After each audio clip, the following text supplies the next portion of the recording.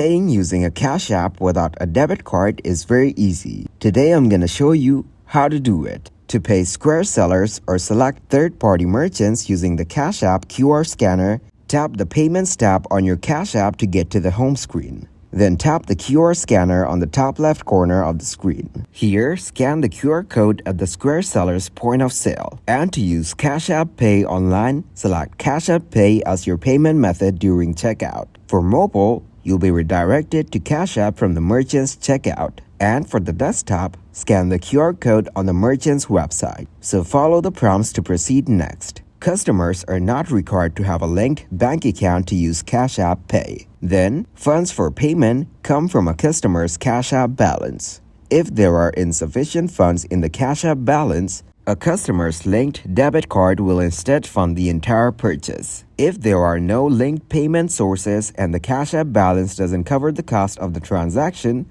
the payment will be declined.